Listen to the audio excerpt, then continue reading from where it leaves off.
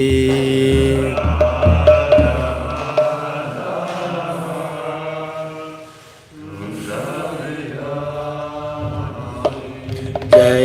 Radha Madhava Kunja Bihari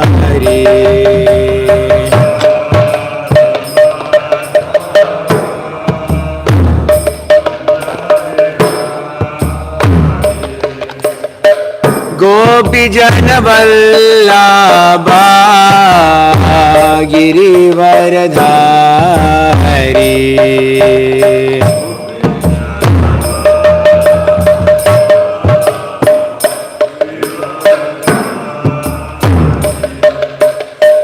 Gopi Jana Vallabha Girivaradhari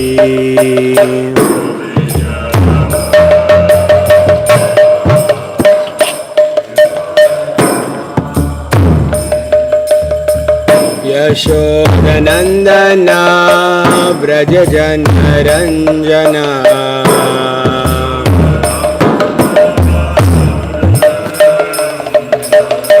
Yashodanandana Vrajajana Ranjana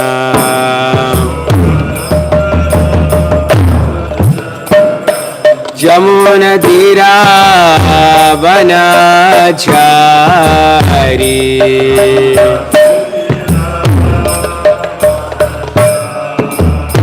Jamuna Tira Vanachari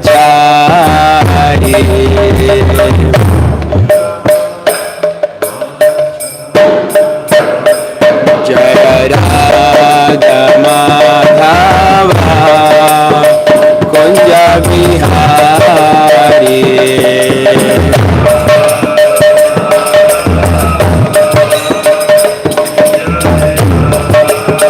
Jaya Radha Madhava Kunja Bihari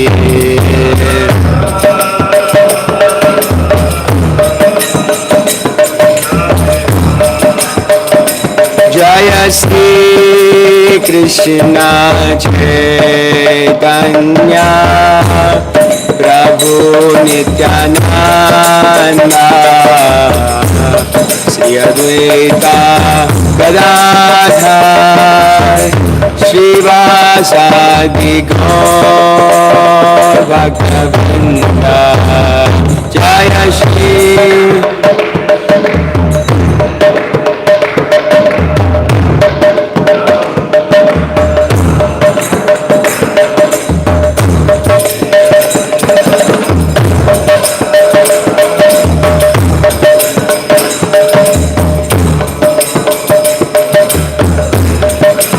Hare Krishna,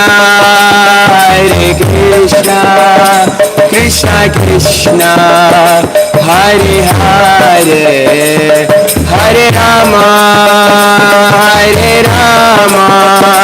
Rama Rama, Hare Hare.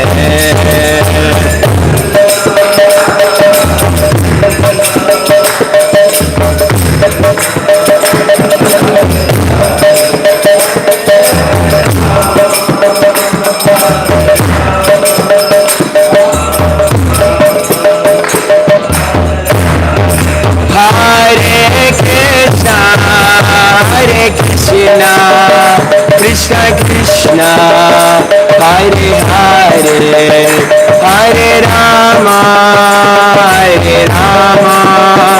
Rama Rama, Hare Hare.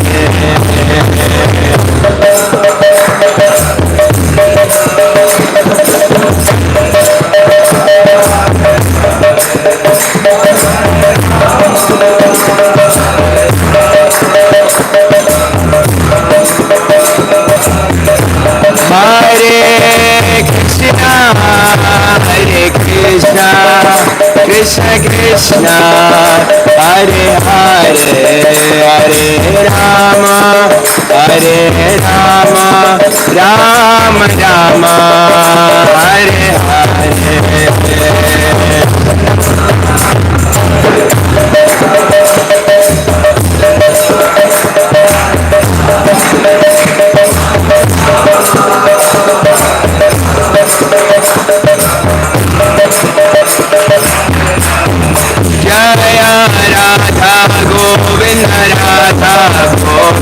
Radhe.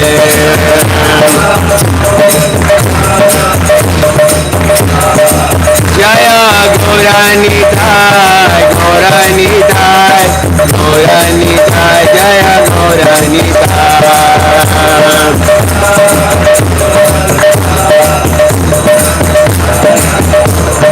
Jaya Jagannath, Jaya Jagannatha, Baladeva, Jaya Subhadra.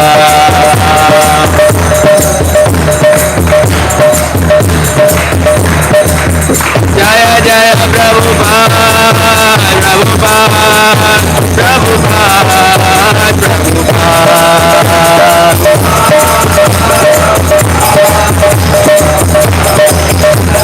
Nitai Gaura Hari Bol, Hari Bol, Hari Bol, Nitai Gaura Hari Bol.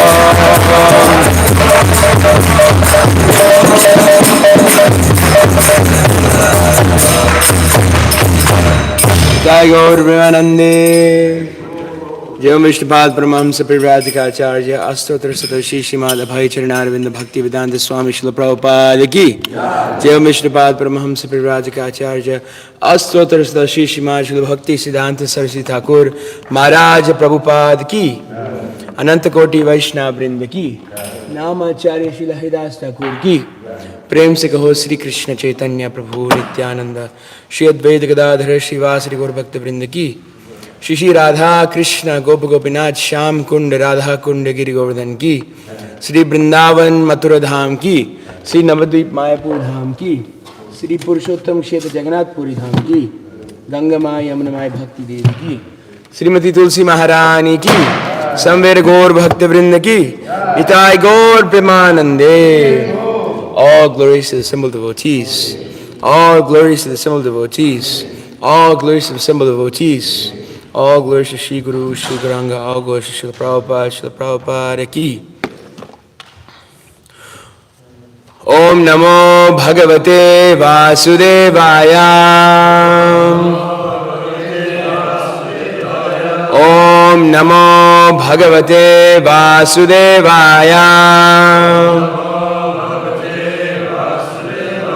Om Namo Bhagavate Vasudevaya.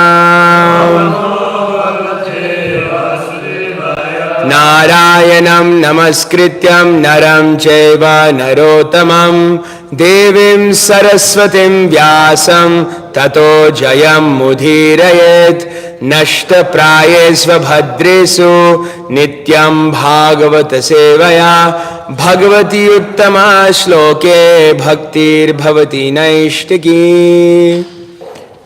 Hare Krishna. So we're reading from Śrimad Bhāgavatam today, Canto 4, which is entitled, anybody know? The Creation of the Fourth Order. Interesting, huh? We're reading from, I was assigned today, chapter 1, text 3. Prajapati sa Bhagavan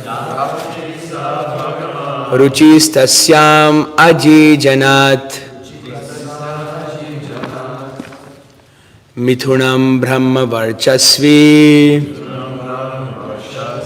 Paramena Samadhina. Prajapati sa Bhagavan Ruchistasyam Ajijanat Mithunam Brahma Varchasvi Paramena Samadhina. Prajapati sa Bhagavan Ruchistasyam Ajijanat Mithunam Brahma Varchasvi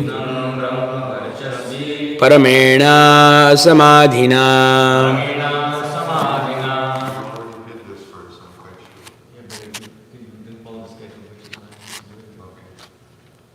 Anybody like to repeat?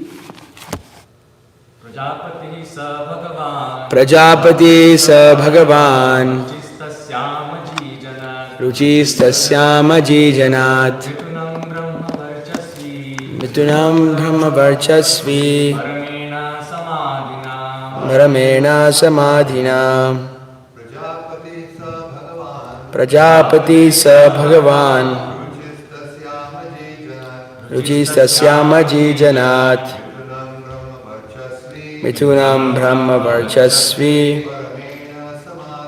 Paramena Samadhina. Prajapati sa Bhagavan. Ruchistasyamaji Janat. Mithunam Brahma Varchasvi. Paramena Samadhina.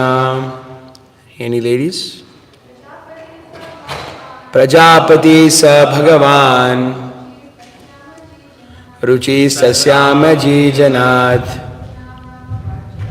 Mithunam Brahma Varchasvi. Paramena Samadhina. Prajapati, one who is entrusted with begetting children. Saha, he. Bhagavan, the most opulent. Ruchihi, the great sage Ruchi. Tasyam, in her. Ajijanat, gave birth. Mithunam, couple.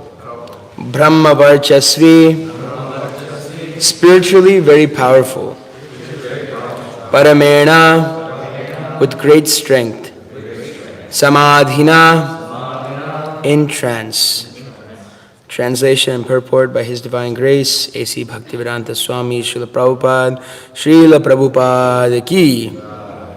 Ruchi, who was very powerful in his Brahminical qualifications and was appointed one of the progenitors of the living entities, begot one son and one daughter by his wife Akuti.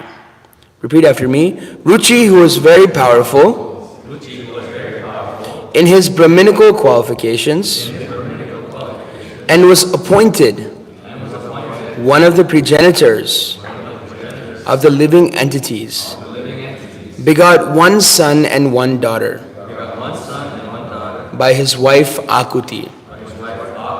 Is the purport. The word Brahma Varchasvi is very significant.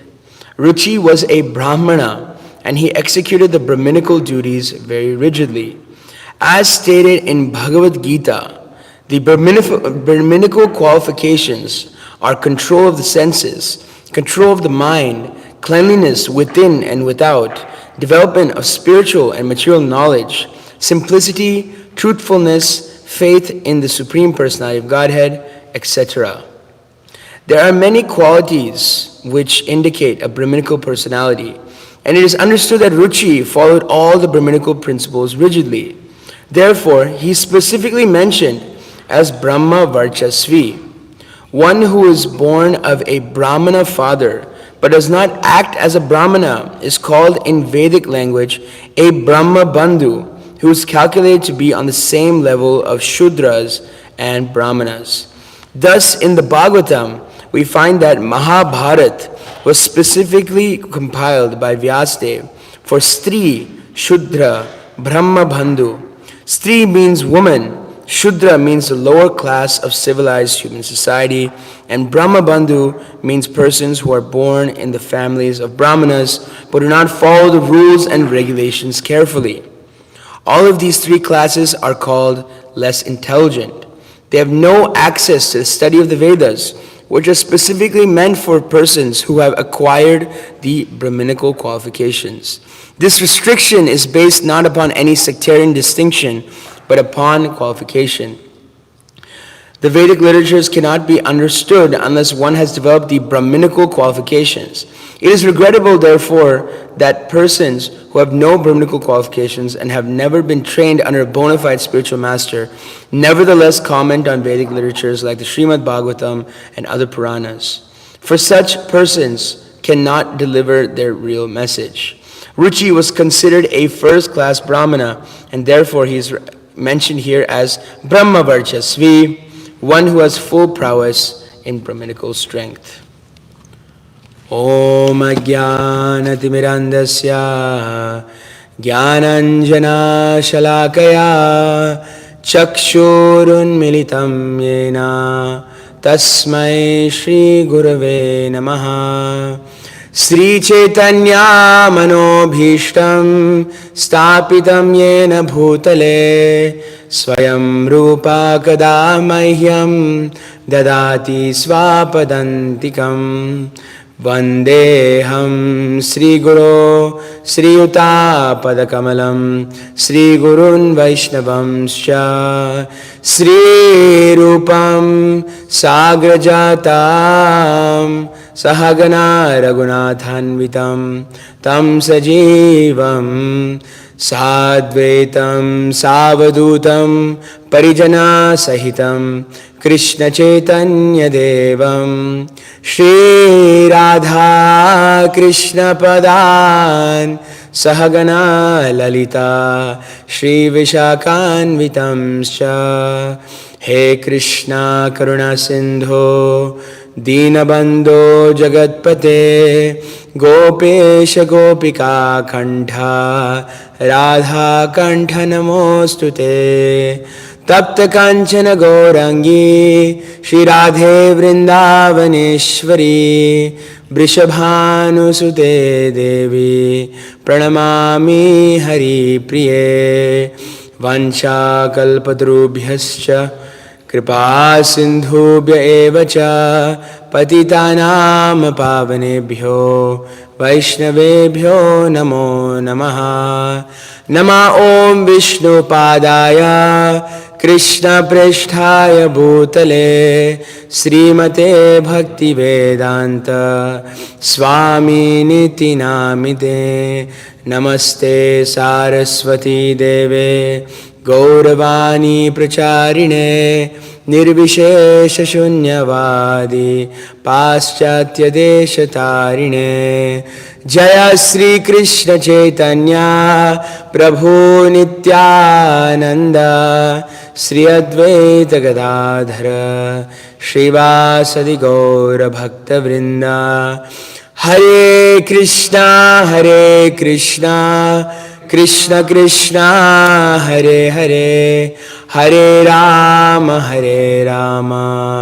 Rama Rama Hare Hare.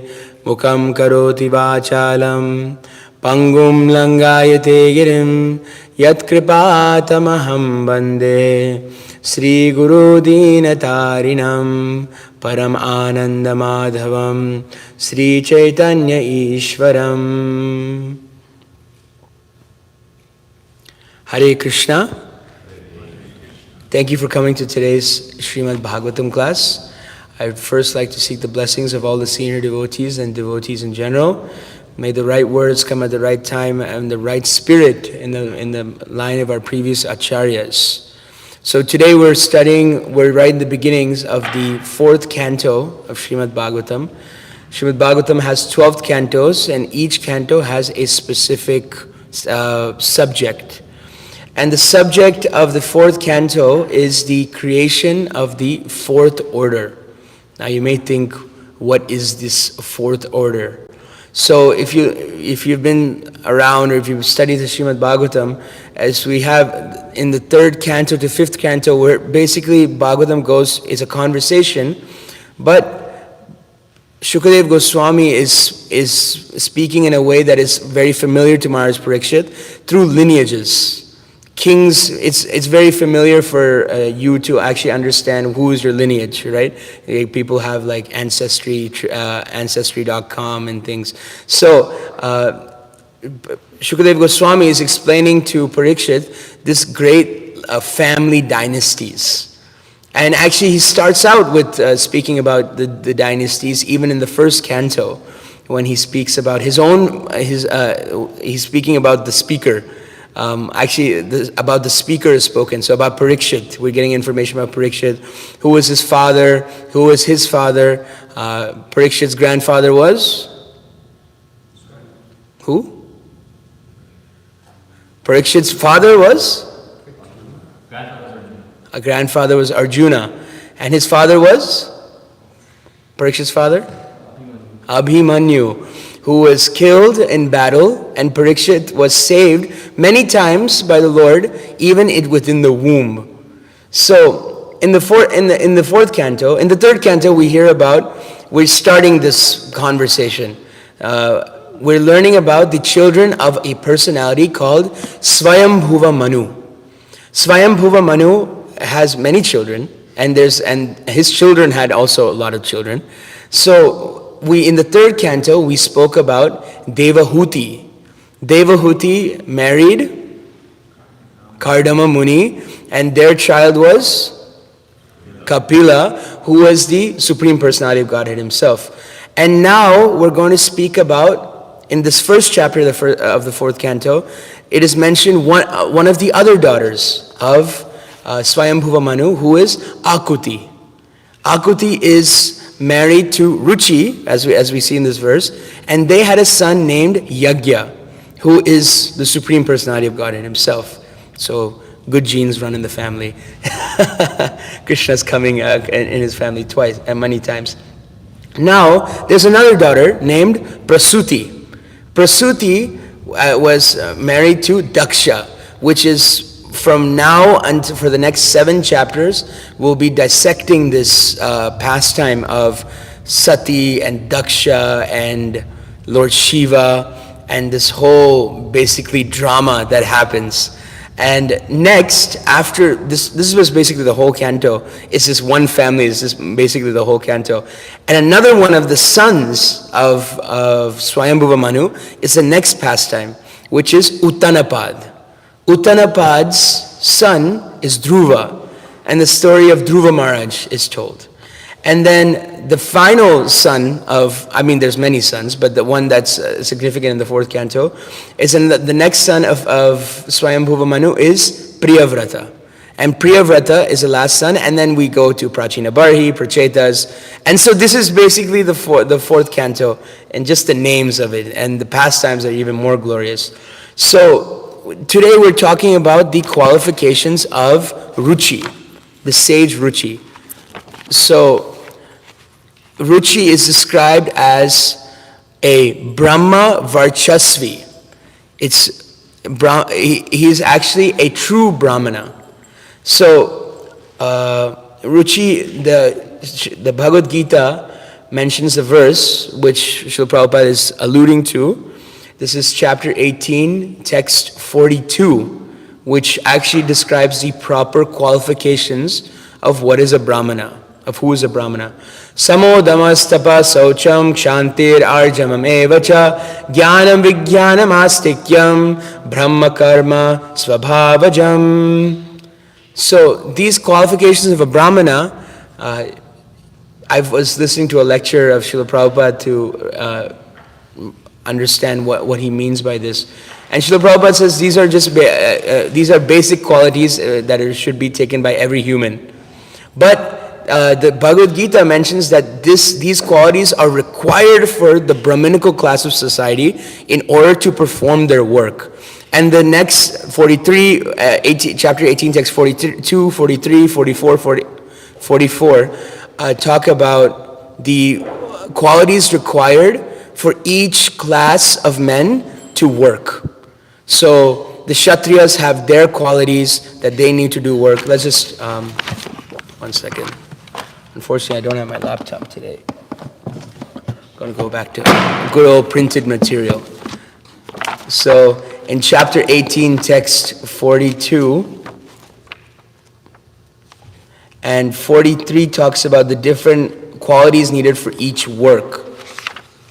So 42 was the Brahmanas. 43 for Kshatriyas, or kind of the warrior class. They require heroism, power, determination, resourcefulness, courage in battle, generosity, and leadership are the natural qualities of work for the Kshatriyas. Now, for the Vaishyas and the Shudras, farming, cow protection, and business are the natural work for the Vaishyas, and for the Shudras, there is labor and service to others.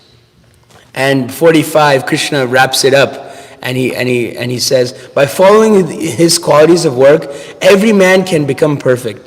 Now please hear from me how this can be done. So if you want to have a certain job, you'll need the certain qualifications. So those qualifications in mundane Indian society are thought to be of where you were born. This is a perversion of the actual truth of of the system that Krishna is implementing. For example, if you were born as a son of a doctor, does not mean that you're automatically granted the title of doctor.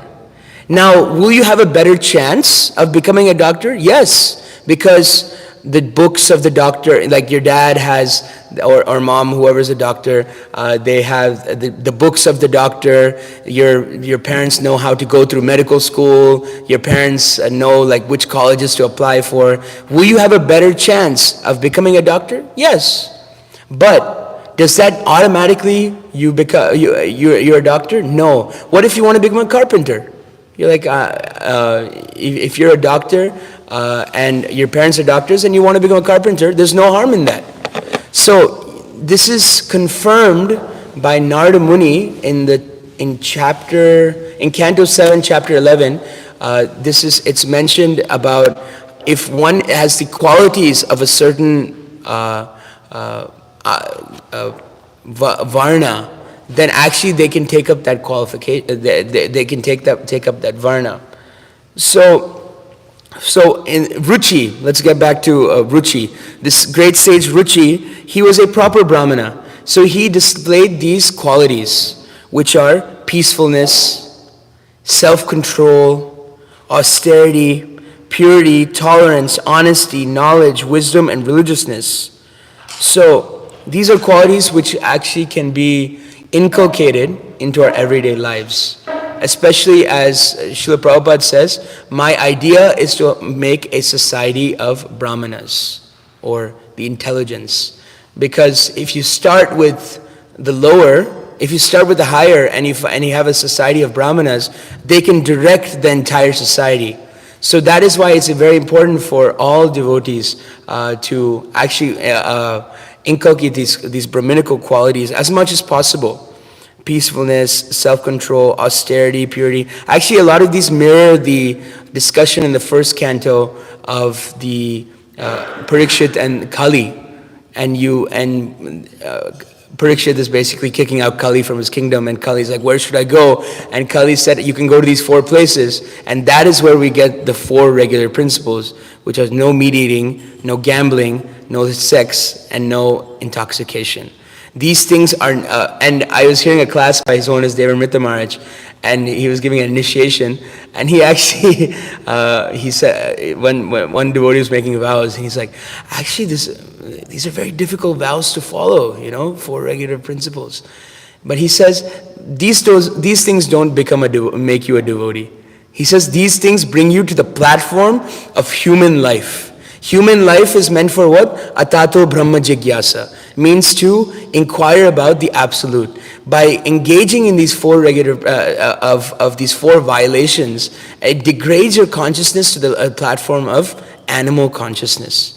So that's why these 4 regular principles are so important, because actually that doesn't make you a devotee. That just brings you to the platform of human life where you can even start thinking about what is the goal of life. What actually makes you a devotee is the other thing you vow at initiation, which is when you take initiation, is the chanting of the Hare Krishna Mahamantra. That is the platform of spiritual life. The other thing is just nivriti. There's nivriti and pravriti. There's artha pravriti and anartha nivriti.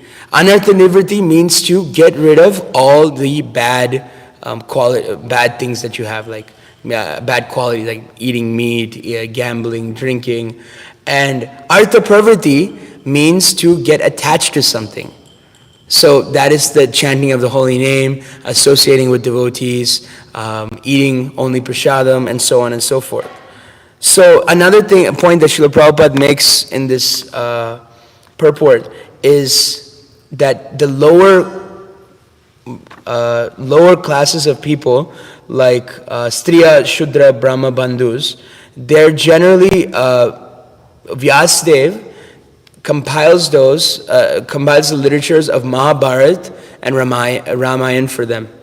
So, Striya Vaishas Tatatra Shuddhas Tepi Yanti Param Gatim. That just by the process of devotional service, even these lower classes of beings can reach perfection. How does that verse start? Striya Vaishas Tatatra Shuddhas. I forget. Yeah. Param Gatim. Yeah, that's the first line. But anyway, we'll get to it. For 100 points, excess group of halwa.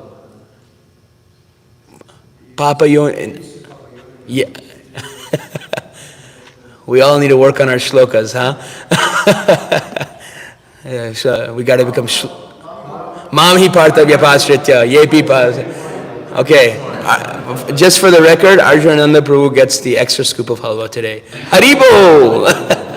So, Arjunananda Prabhu got the verse. So, by performing the practice of devotional service, all these other classes are purified. Now, Now, if you go to the 5th chapter of the 1st canto, there's a very interesting discussion between Vyasadeva and Narada Muni. And I bring up this a lot because Vyasadeva has finished his whole education. He's written down, imagine you finish your PhD thesis and this is like the ultimate PhD thesis. He writes everything. And Canto 1, Chapter 5, Text 15, he uses a word called jugupsitam. Now he presents all of these before his guru, but he's still not feeling happy. And he's like, why am I not feeling happy, Gurudev? And so Narada Muni uses, his guru, Narada Muni, uses this word called jugupsitam. He says these works are verily condemned.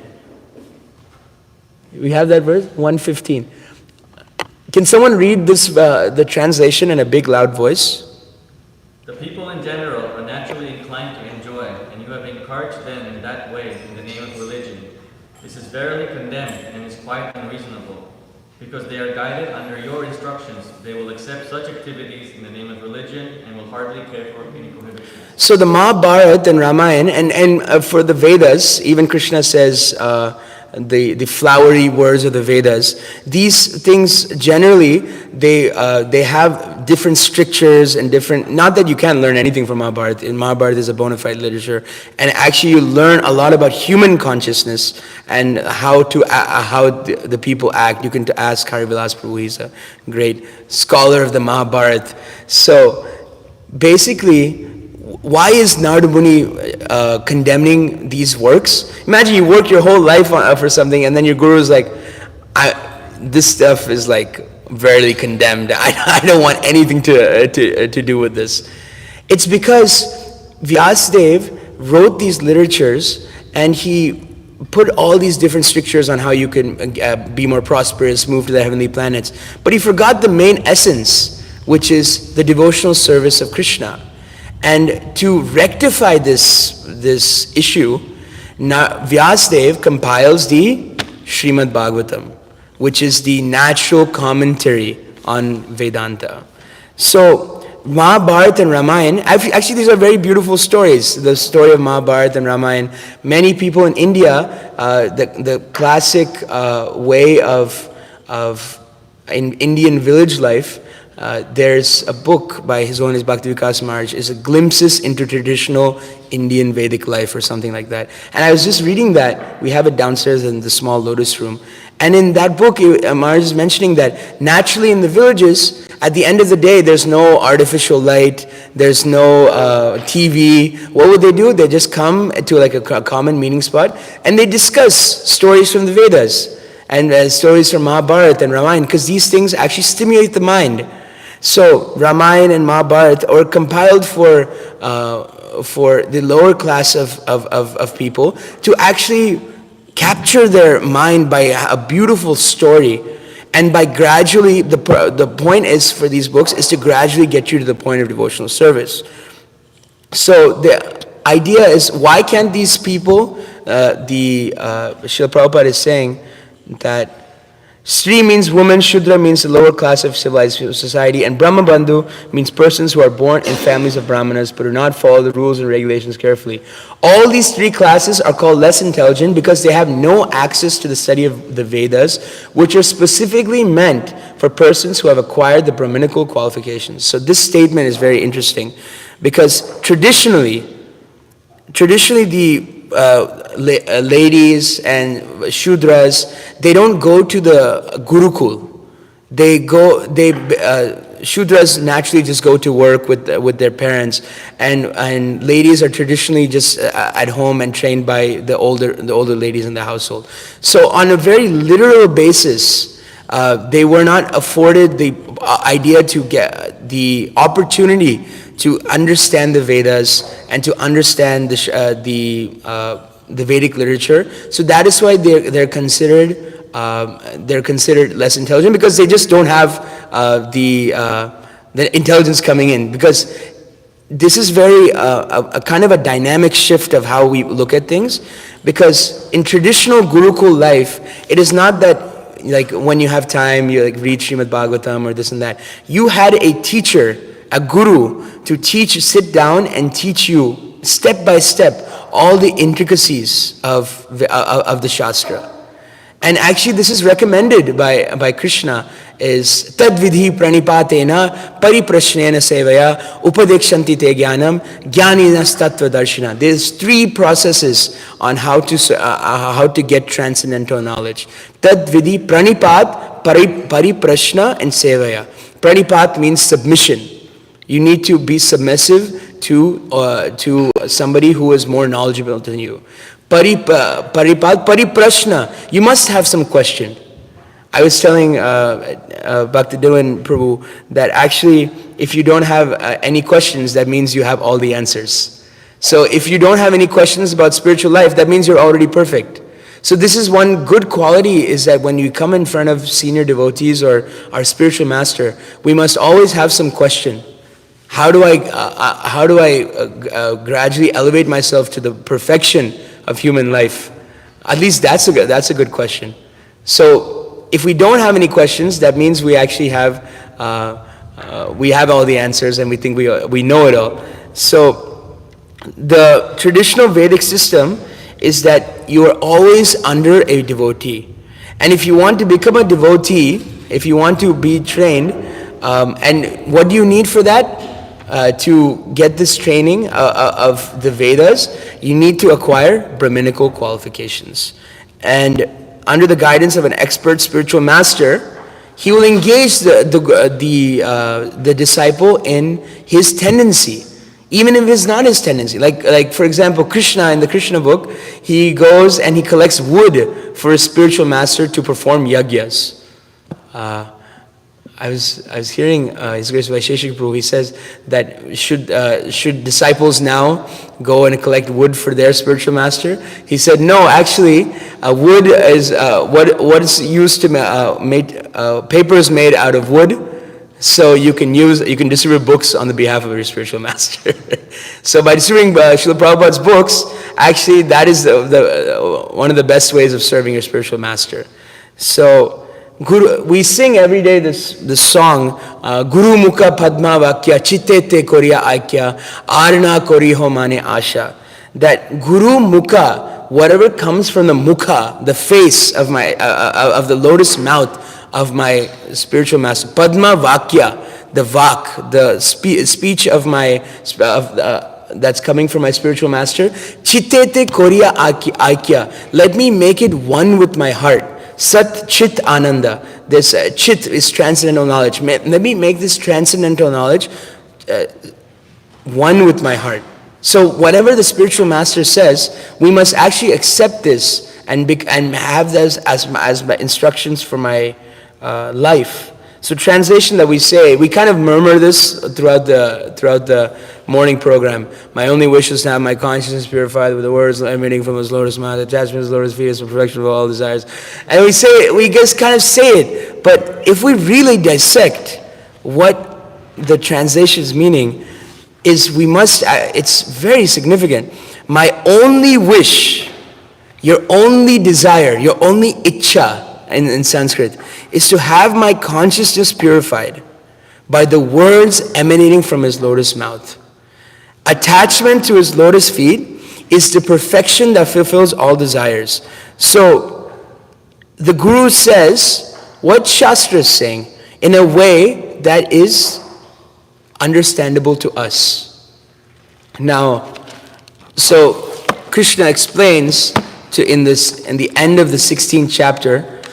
So if the Guru is saying exactly what Shastra is saying, of course the Guru has to elaborate. It's when you give class, like Keshav Maharaj was saying last week when he was here, of course when you give class, if we're just saying exactly what Shastra is saying, we'd just be reading from the book. But it's to shine light on some specific points and to make those points. So like Krishna himself is saying at the end of the 16th chapter, the end of the description of the demonic qualities, he says, Yash shastram vidimutsija vartate kamakaratah nasa siddhim avapnoti na sukham na param gatim. He says, Yash shastram, whoever shastra vidhim utsrija, who throws away the injunctions of Shastra, vartate kamakaratah, because he is acting according to his own whims, nasa siddhim means perfection, nasa siddhim avapnoti, na sukham, what does he not get? He doesn't get happiness. Na param gatim, he doesn't get the ultimate goal. And tasmat shastram pramanam te karya vyavastito gyatva shastram vidhanoktam karma kartum iharhasi. So you need to know what is duty and what is not duty by Shastra. And knowing such rules and regulations, one should act so that he may be gradually elevated. And how do you learn Shastra? The recommended way in traditional life is you learn Shastra under the Guru. So this surrender to Guru is very important, because how else will you get transcendental knowledge? So Guru says that Shastra is in a way that is understandable to us. And how is my consciousness purified? Consciousness purified, any guesses from the song? Anybody know? By the words emanating from his mouth. And what is the words emanating from his lotus mouth? That means hearing. That's Shabda. That's Shabda Brahman. Srila Bhaktisiddhanta Saraswati Thakur, he has a very nice quote. And he's saying as follows: there is no other way of associating with transcendence besides hearing. Hearing is our primary way of understanding transcendence. Every other sense, even our hearing, can be we can be bamboozled, but like what we see, like there's the three types of Srila Prabhupada's making in the Ishopanishad. There's the three types of gaining knowledge. Anybody know? Pratyaksha, Anuman, Shabda. So Srila Prabhupada's breaking down why Pratyaksha is there. And people say, where is God? You know, you cannot even see the oxygen molecules in the air, but you want the God to become your order carrier and to show himself. Srila Prabhupada is saying like this. And then Anuman. What is Anuman? Anybody want? Anuman means logic. I can try to logically understand what is the supreme through my brain and all this things.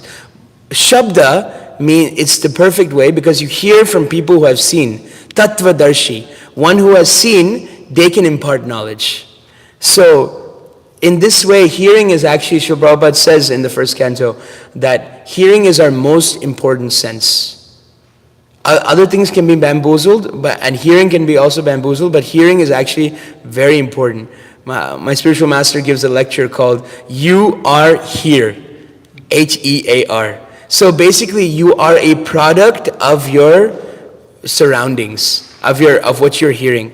So if we take this principle, if the words emanating from his lotus mouth, our spiritual master's mouth, attachment to his feet is the perfection that fulfills all desires. All desires that you have is perfected. I'm just rephrasing it, I'm not saying anything new. Attachment, any desire that you have, it is at its perfection when you're attached to the spiritual master's lotus feet.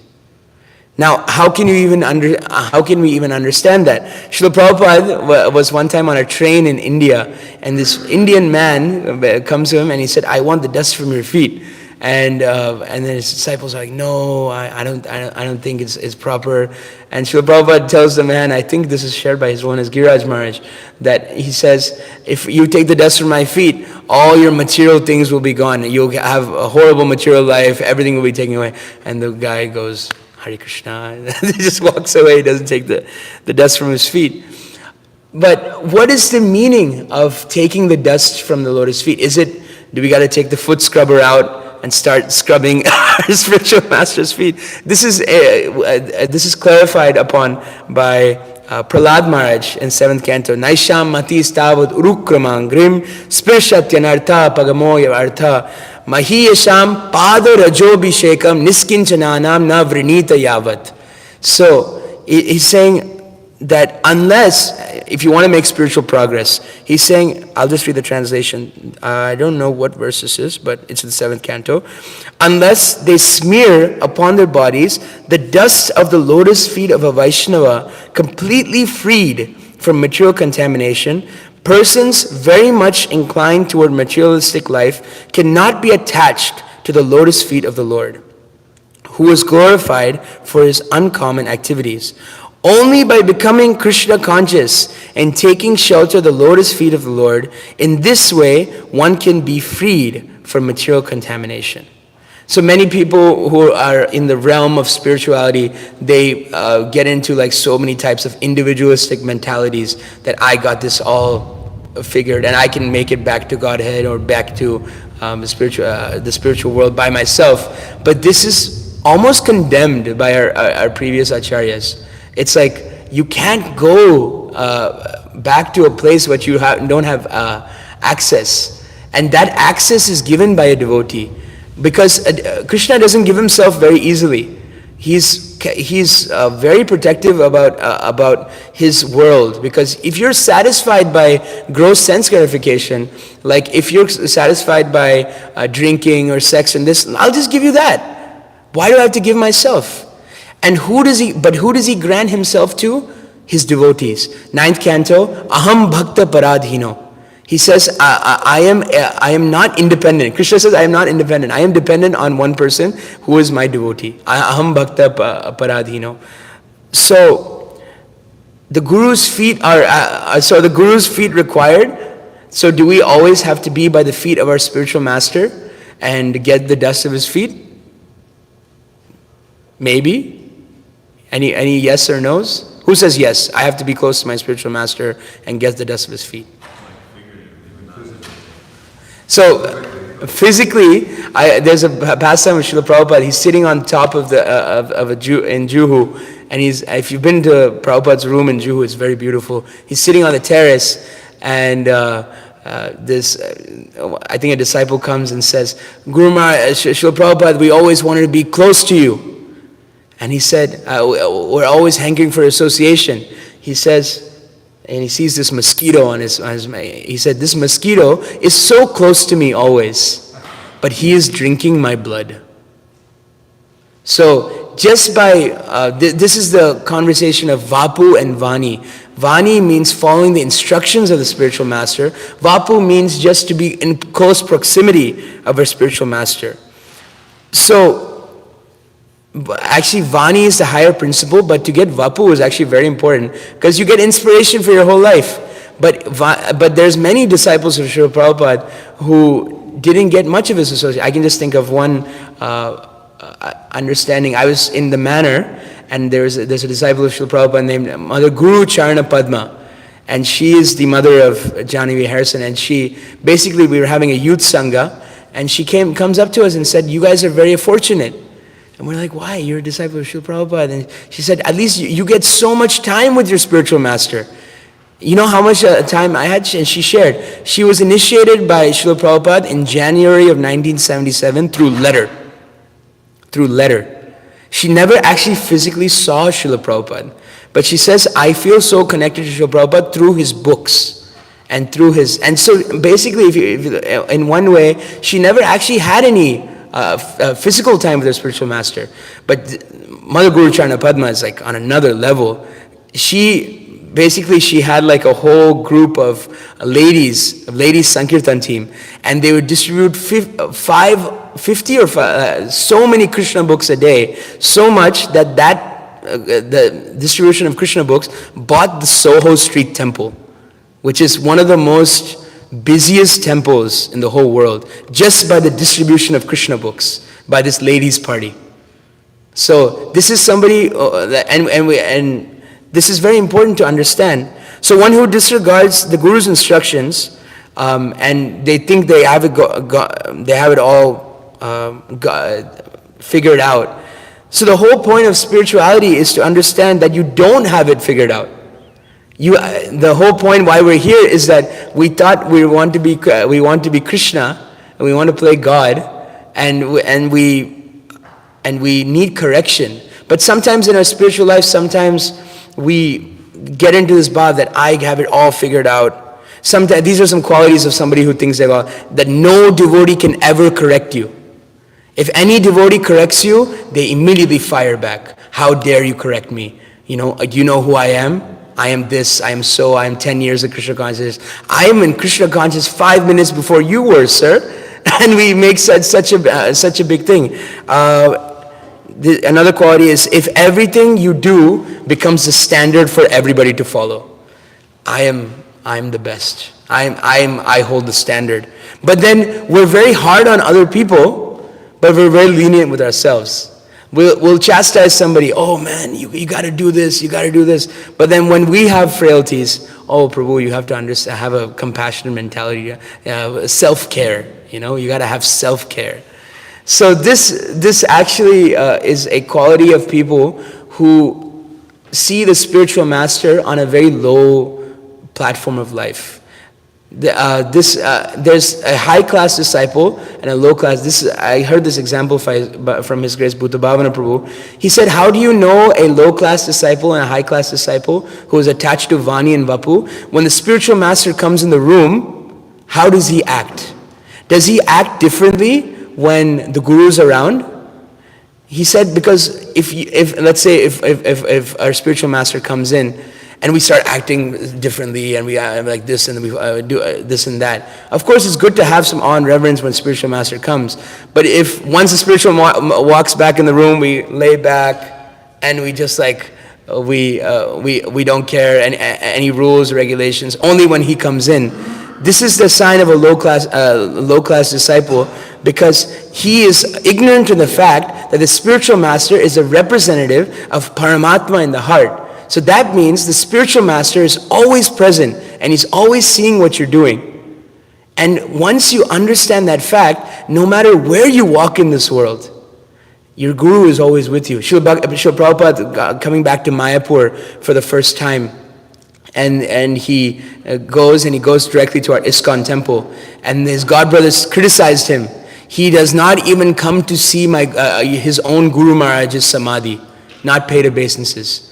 And Srila Prabhupada heard this criticism, and he said, these people are just offenders. Why?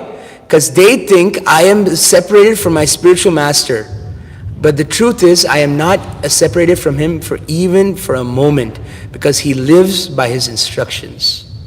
So I like to just pause there, and this is a very good discussion, is if we want to make progress in our spiritual life, you need guidance. You need assistance from senior devotees. Always be open for correction. Even Prabhupada one time was getting very angry at one disciple, and one new person said, Swami, just chant Hare Krishna. You won't be angry. And Srila Prabhupada actually took out his bead bag and started chanting Hare Krishna. Srila Prabhupada was open to correction, even like when in 1967, when he had his heart attack in San Francisco, and the doctor comes, it was Thanksgiving Day, and the doctor comes, and the doctor said, Swami just needs to get out more, he's praying too much. And what did Srila Prabhupada institute after that? His morning walks. And he took that as good advice. So advice can be taken anywhere. And any advice or any instruction we get, we can take that as a sign from Krishna. So I'd just like to pause there. Please forgive me if I said anything wrong or against Siddhanta. We have about 3 minutes left. Does anybody have any questions, comments, corrections, thoughts? I would like to hear them. Reflections. Yes, Vasili Prabhu. Okay. You can take this for our online audience. Hare Krishna, thanks for excellent lecture. Maybe we can have like a katha here also, like in Vedic villages back in the day. So to unite everybody together, and regardless of whether we are YDA or BYS, and if it was good enough for villagers back in the Vedic times, maybe it's good enough for us.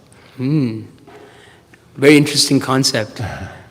Actually, it's as we're living in New York City, as much as we can. Of course, it's impractical to make this a Vedic an Indian village. But as much as possible, you take the principles of Vedic life, and because why do we take the principles of Vedic life in general? Because Vedic life is meant to inculcate Krishna consciousness in you. Why do we do the things? Why do we wake up at 4 a.m? Why? Because people in ignorance are sleeping, and that is very conducive for spiritual life. That's a Vedic principle to wake up late. So what do you need to do when you to wake up early? You need to go to bed early. And that is a very natural point of Vedic life.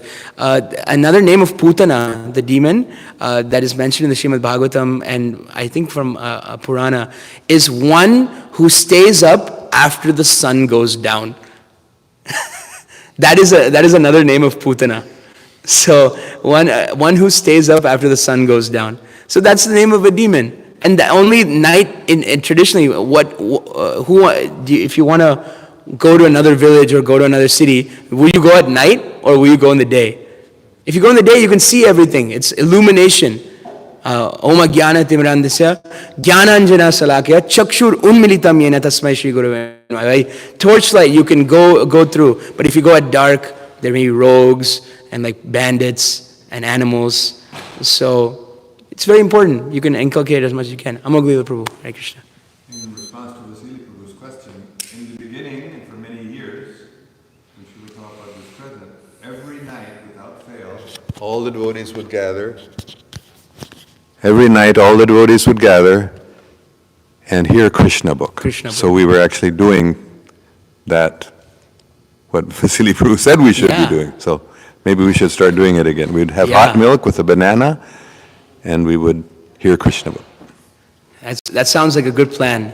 Reading Krishna book and going to sleep, and you can think of Krishna. So that's one way of inculcating. That's an amazing point.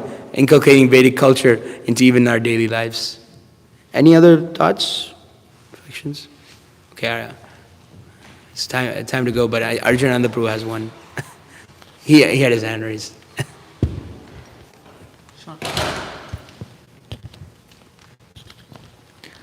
So, I mean, mine is just a comment. So I was just appreciating your point on how association of spiritual masters, Vapu is fine, but Vani is more important because Vani is always present.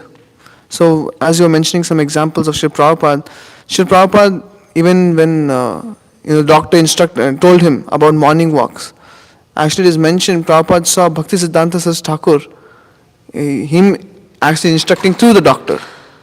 And wherever Prabhupada went, Prabhupada saw that, as you mentioned, Bhakti Siddhanta Saraswati Thakur is actually present with me. And this is not for 1 year, 2 years. This is throughout his life.